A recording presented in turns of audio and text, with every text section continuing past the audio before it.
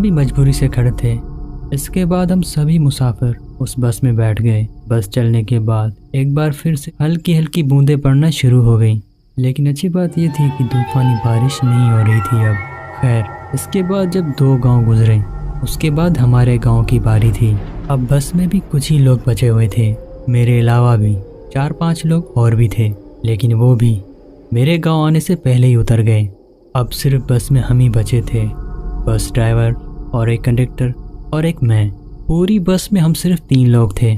इसके बाद हमारे गांव का स्टॉप आ जाता है। खैर, मैं जो ही स्टॉप पर उतरा, एक नज़र मैंने चारों तरफ घुमाई।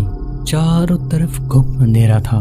बस ने तो मुझे स्टॉप पर उतार लिया था, लेकिन उसे दूर जाते हुए देखा तो मेरे दिल में आया कि शुक्र है कम से कम खैरियत से पहुंचा तो दिया।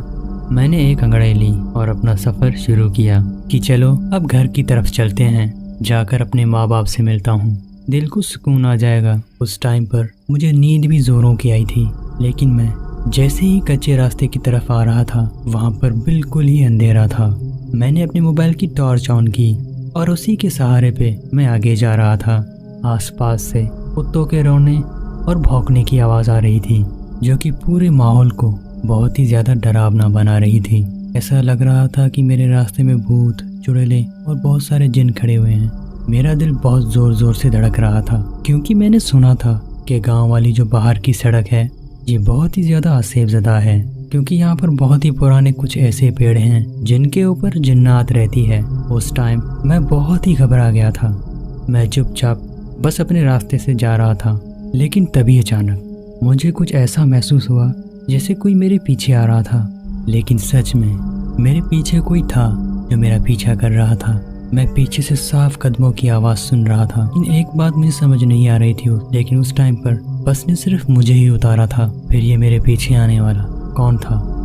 मैं फ़ौरन से खड़ा हुआ और पलटकर पीछे देखने लगा, लेकिन हैरत की बात थी, पीछे कोई भी नहीं था। चारों तरफ काला अंधेरा और पूरा का पूरा रोड खाली पड़ा था। मुझे लगा कि ये मेरा वहम है, क्योंकि उस टाइम पर मैं बहुत ही ज़्यादा डर रहा था। हालांकि मैंने ऐसा कुछ देखा भी नहीं था।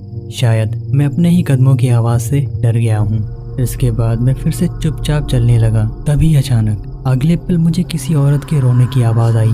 जब मैंने अपनी मोबाइल की टॉर्च से देखना चाहा तो मैं क्या देखता हूँ कि एक पेड़ के नीचे सुर्ख लिबास में एक औरत बैठी हुई है और वो रो रही है।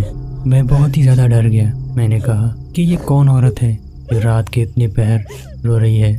ये शायद गांव की कोई औरत है जो यहाँ पर रो रही है, लेकिन इतनी देर रात कोई औरत भला यहाँ पर क्यों आएगी और इस हालत में क्यों रोएगी?